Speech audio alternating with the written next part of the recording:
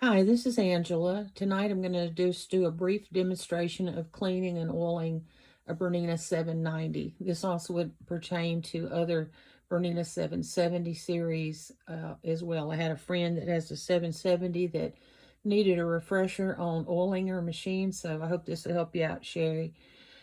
First thing we need to do is gather a couple of supplies. We need to have a lint brush or a little brush to brush out debris from under the bobbin area and under the stitch plate.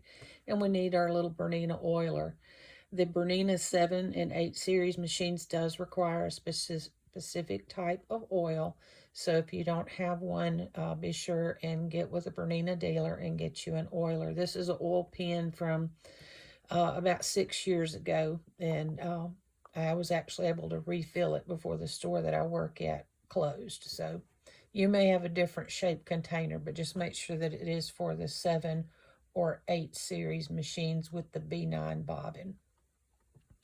One of the first things that I'll do is I'll remove the pressure foot that was on the machine, remove the stitch plate, and to do that we're pressing the back right corner, and the stitch plate will lift up. I've already brushed a good bit of debris from in the feed dog area. Remember to brush down and up and out. We don't want to push it further in the machine. We don't want to use canned or compressed air at this point. If you do have a vacuum cleaner with a little micro attachment tool, now would be a good time to have it out as well. And as you're brushing, let that vacuum suck up any debris that is in there. Open the bobbin case area door, and we're going to eject the bobbin by touching the right hand side of that latch. You'll notice just inside the door there's a black little box here. There's a little lens on it. That's what detects your bobbin to see if it's running low or not. You might find that there may be some debris on the bobbin area door or even on the little sensor area. Be sure and wipe that off. If you have an oily area there, take a dry Q-tip or a Kleenex and dab that up. Just to the inside of this area, you'll see a metal latch. We're going to push that to the left, and it will drop down what I refer to as the goal post. It's a piece of silver-toned metal, and on the back it has a retainer clip to hold the part into place. I apologize for the jerkiness of the camera or the phone. Oh goodness, this is real life, isn't it? This isn't a fancy cleaned up video. Anyway, once you've got that down and you've got lint or any debris out, grab a hold of the center post and pull straight out. You're going to end up with what we call the hook or the race here in your hand. That pointy part is what picks up the thread. When the top needle is going down into the stitch plate, it makes a loop, and that hook, you see, picks it up, spins it around, and that's what's forming your stitch. If we'll look inside the bobbin case itself, you'll notice that there are two little pads. I'm going to try to get better light on it for us here. And I'm going to use my scissors to point to them. They're located on either side of the center post. We have one here and one on this side. Those are not to be removed. I actually had someone many years ago, a friend, she didn't recognize that as being an oil pad, and she thought it was lint and pulled it out. So we don't want to do that. We will take our oiler though, and I find that this older style oiler was hard to get it to dispense, but you squeeze the sides. And so what I do is I like to practice on a piece of Kleenex before I do it. I don't want to just douse the thing in there. I want to just get a little drop of oil. So I might practice a time or two just on a piece of tissue to where I can see that I'm getting just a little bit. Again, doing it and looking through the phone's not very effective, so I may not have a good direct on picture, but I've got one drop there and another drop there. And you'll see that one got a little bit too much.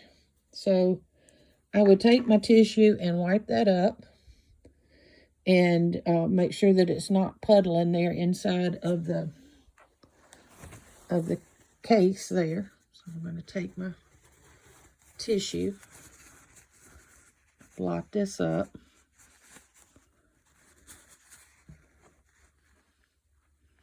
There, that looks better. I don't have just a lot of free oil running around.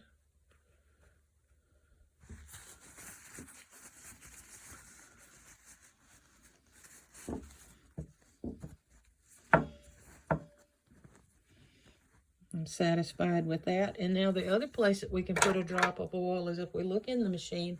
Another place I like to check for debris or stray threads is going to be inside the machine, and you might see a little piece of fluff. I'm going to try to zoom in a little bit more. Maybe you can see it. There's a little piece of fluff right down here at the bottom.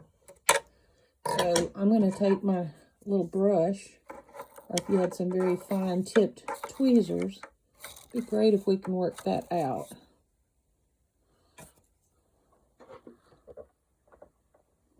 I see I still got that little ball. So I'm going to reach and grab me some tweezers.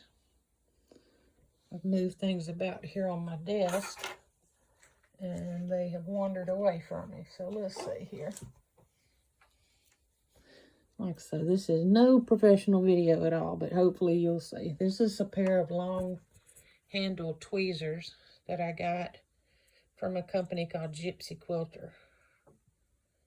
And they're nice and long and really pointy.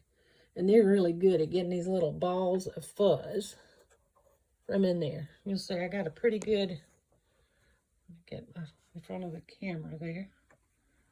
There we go. That's a pretty good little wad of thread there. We don't want that staying. So let's look and see, do we have any more? Another place to look for little wads of thread could be around these little parts here. As the back part goes around and around, it'll retract and then it'll stick out. So we don't want to, as we're doing it, I'm turning the hand wheel toward me, trying to see if in this little part here, maybe there's anything else caught. And I don't see it. Don't see nothing. Still don't see nothing. But if I saw anything in here, I would gently, well, there was a little bit of something there. Just get your tweezers. Again. Yes, I got a little bit more fuzz.